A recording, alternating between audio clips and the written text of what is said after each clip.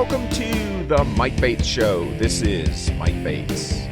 The left's persecution of Donald Trump continues. He's still facing criminal charges in Washington, D.C., Georgia, Florida, and New York. And, of course, the New York trial is going on now. That's the so-called hush money case with Stormy Daniels.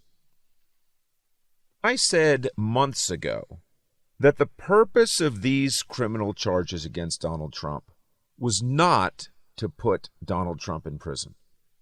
Now, make no mistake, the Democrats would love to see Donald Trump go to prison, but that's not the objective here. If he does go to prison, well, that's icing on the cake. The cake is keeping Donald Trump out of the White House. And I said that he will absolutely, positively, 100% be a convicted felon by Election Day.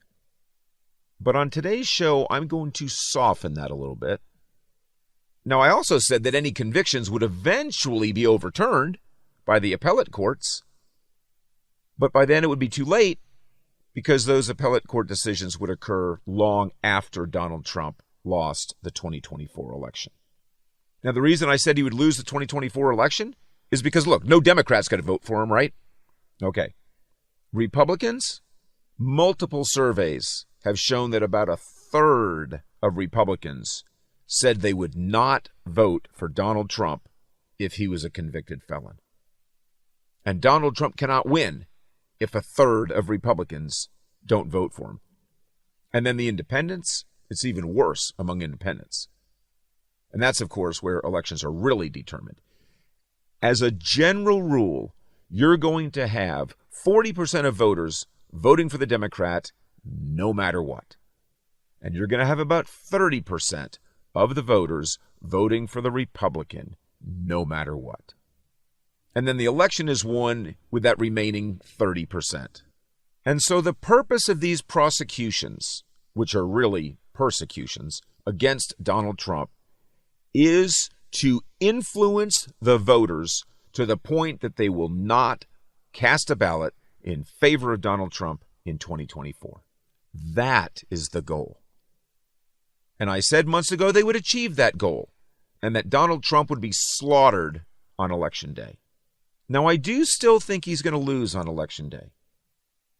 And I hope I'm wrong. I mean, look, I don't want him to lose. It's no secret that I'm not a Donald Trump fan.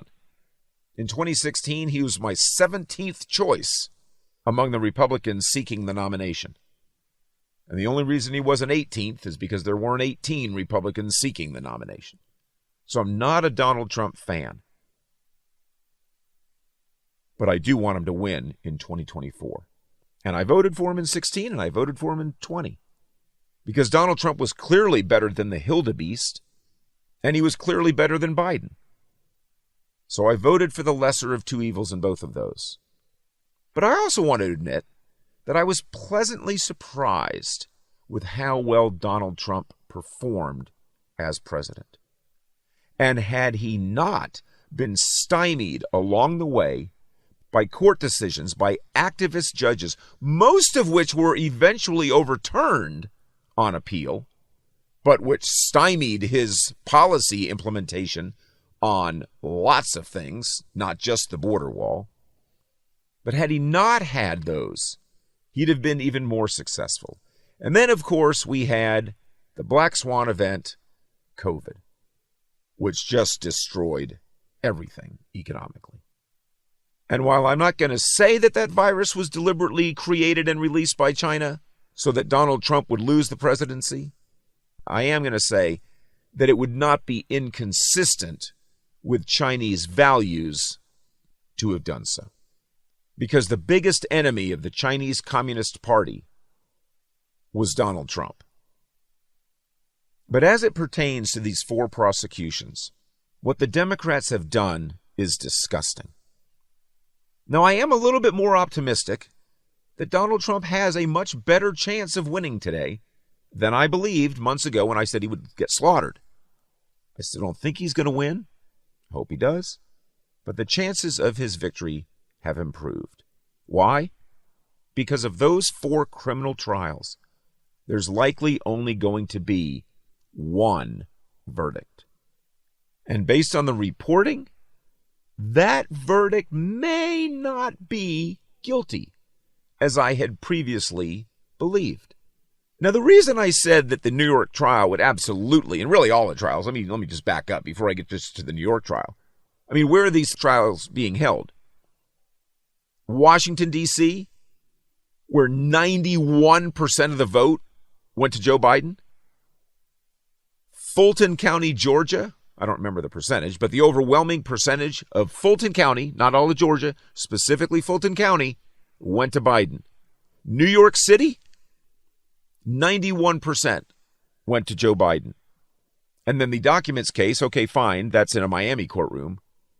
The odds are better there, but it's still overwhelmingly Democrat in South Florida.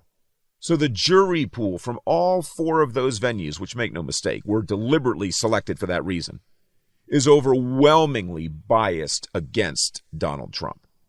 In the one case that will conclude before Election Day, the odds, just randomly selected odds, of 12 jurors from the New York City jury pool, the odds are that 11 of the 12 would have voted for Joe Biden against Donald Trump in the 2020 election, which means at best, Donald Trump might have one juror who voted in his favor or is a Republican or who would decide the case based on the actual merits of the case and not on his personal political beliefs.